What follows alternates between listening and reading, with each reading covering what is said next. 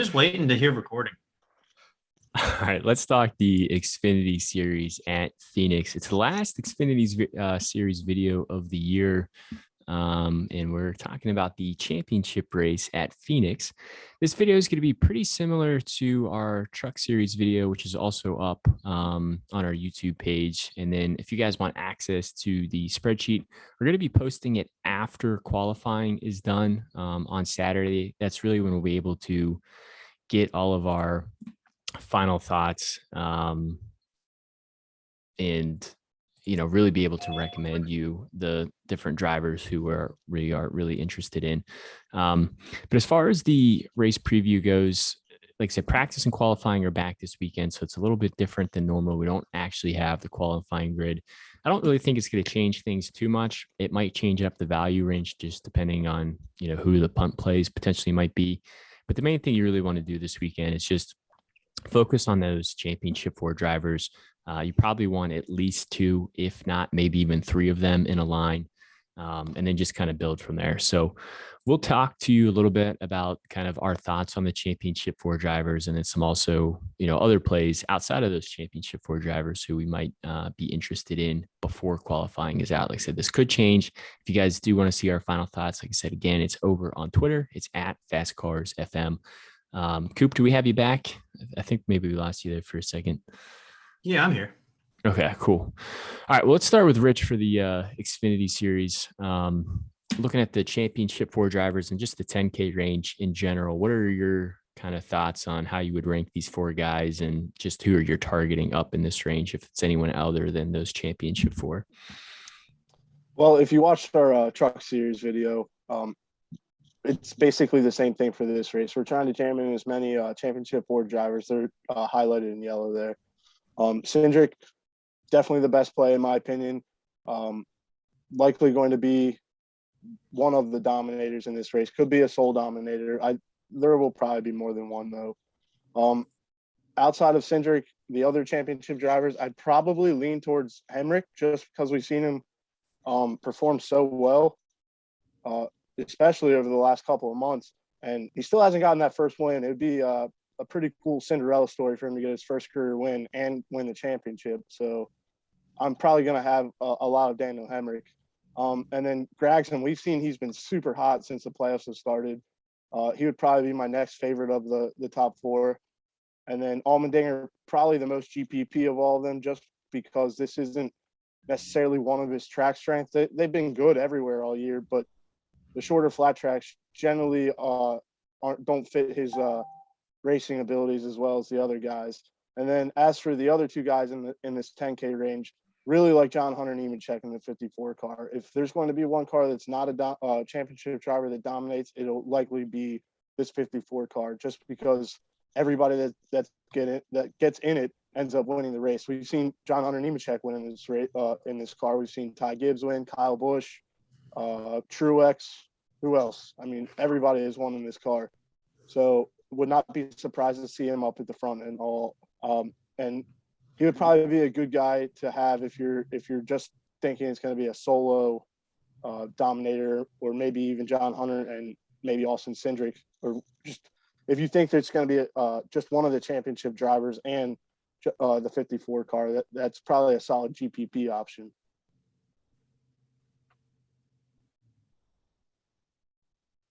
Coop, you still there? I think I'm still going to try and focus on the championship drivers over Nemechek and Allgaier, just because I think they got a little more incentive. I would love the Cinderella story to happen for Hemrick. He's been fast all year long and just hasn't quite made it happen. But I think Cindric and Hemrick are going to be the two that I'm focusing my lines around for the championship drivers, and then I'll sprinkle in Gragson and Allmendinger as I can. With that being said, more so than the Cup race and the truck race in Xfinity, I don't mind plugging in Nemechek as a driver that's costing you a 10K outside of the championship drivers, and Allgaier's, I feel, even with those bottom three too. I think Cindric's going to be by far the highest owned, as he should be, and I think he deserves to be the top spot, and I think he's definitely the favorite for the race. But with that being said, I would like to see a Hemrick upset myself. I think it'd be cool. And he's been fast enough all year to do it. Yeah, the Xfinity series is interesting. I think with the truck series, I think you got to say John Hunter Nemechek's the favorite. Probably for the Xfinity series, you would say Cindric's the favorite, and then probably for the Cup series, you're going to say Larson's the favorite. But with the system, like, you never know. It's just one race. So if anything happens to those drivers, if they have a speeding penalty, or they just get outraced by other people, like, it's not a lock by any means. In 2019, we saw Matt Crafton win the Truck Series championship without even winning a race. He didn't even win the final race. So I think it would be pretty funny if, Hemrick does end up winning the championship, but say he finishes second, say Allgaier wins, say Nemechek wins, or someone else who isn't one of those championship 4 drivers wins the race, and Hemrick, comes in P2. Well, even though he comes in P2, he would still get the championship because he's beating the other 4, the other 3 drivers, I should say. So it's an interesting system. It really just comes down to one race. But for me, I'm just playing the guys who've been fast all year. So I think Cindric, if you're building one line, I think he needs to be in it. Like Rich was saying, every single person who's been in this 54 car has won, except for Ty Dillon. Yeah, but the nice thing about John Hunter Nemechek, you could argue it 2 ways. One, he's going to have the Truck Series race on Friday, so he's getting even additional laps in this, at least at the track. He won't be in that car, obviously, on Friday.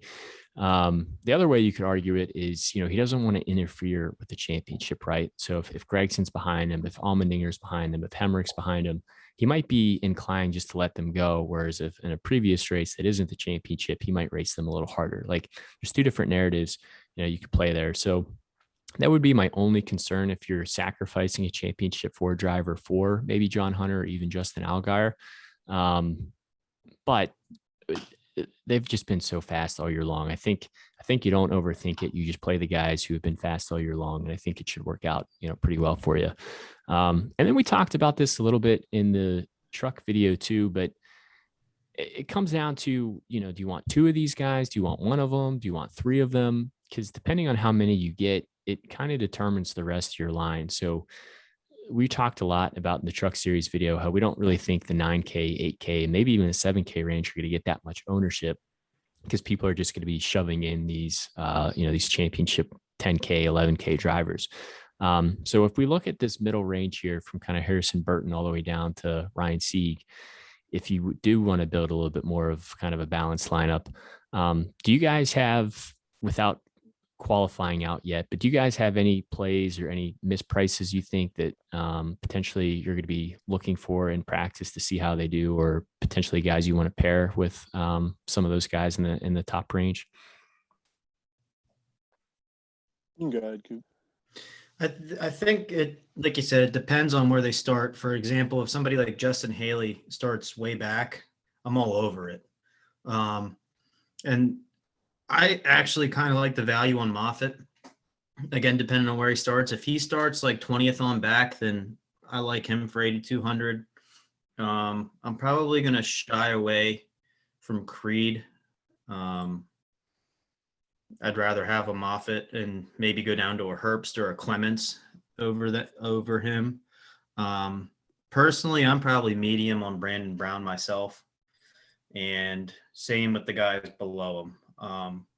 I think that low 8,000s to high 7,000s, same as the Truck Series, really. If I'm playing 2 championship drivers, that's most likely the range I'm going to end in. And I think Moffitt, Clements, and maybe a Brown or a Sieg or a Lupton, if I'm, and that would be the plays that I wouldn't consider punts quite yet. But again, like you said, I'm really trying to shove in 3 championship drivers, and I'm planning on punting a good bit in a lot of my lines. So not really going to have high ownership to anybody in that range. Yeah, like Coop mentioned, it mostly depends on where everybody's starting with qualifying and whatnot. Myatt Snyder is way too expensive. Wouldn't play him at all unless he's starting deep in the field. I like Sam Mayer in the JRM car. He's been pretty solid this year. He's learning a lot. He's been getting more consistent as he's been in this car. I agree with Coop. Moffitt's probably a solid play as well, but I mean, if he's starting 12th, not really. You know what I mean? So, I mean, he could probably gain a couple spots, but that not going to be too helpful for you.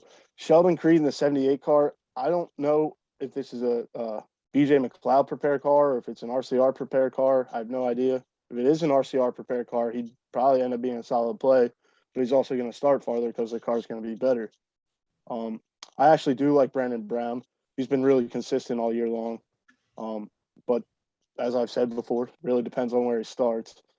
But that's mostly for everybody in this range, all the way down to Ryan Segan up to Harrison Burton. If one of them has an issue in qualifying where they miss a corner real bad and they end up starting 32nd, I mean, they're going to be a great play and they're going to end up high owned. So in that case, say, I don't know, Justin Haley ends up having an issue in qualifying and starts 30th, I would probably forego playing a third championship driver and play Justin Haley just because he's going to offer, it might not be as high of an upside as, say, one of the championship drivers if they end up dominating, but he could also score, say, 60-plus points and beat all the other championship drivers if only one of them dominates or two of them dominate. Absolutely. And that's a scenario where you might mix up your strategy if something like that happens. And then the majority of your lines have two championship drivers and somehow somebody like Justin Haley becomes the focus around all of your lines. And you're counting on trying to get the championship drivers or maybe even the other driver, whoever, that are going to dominate the race and then have them as your PD play. So the qualifying will have a huge effect. But if we're moving down into the punt range, JJ Yaley is somebody that I don't really care how he qualifies. I really like him. He's got experience. He finished here last year with a strong last race with a strong finish. And I think 6,200 is just too cheap. I'm going to be targeting Yaley as a higher end punt, and Buford and then Williams are two that I'm also looking at. I like both of those, and depending on how he qualifies, I may even get all the way down to Ryan Vargas because I don't think 4,500. I don't think he's the worst driver on the slate, so there might be a little value there. Yeah, and that's why, we wanted to reiterate, check our Twitter, before the race starts, and we'll update this accordingly. And you can clearly see the guys that we're really interested on, the guys we're so about, and the guys who we're not really playing too much of, and the guys we're just completely eliminating from our player pool. And that's qualifying is going to have a large part in that, but without knowing the qualifying grid, again, just focusing on who's been fast this year, who has shown good speed, qualifying will change some of this stuff, but it's not going to change it drastically.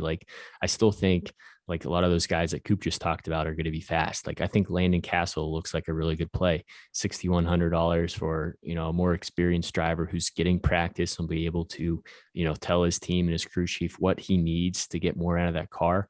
My only fear is, say he comes out and he qualifies 18th or 20th.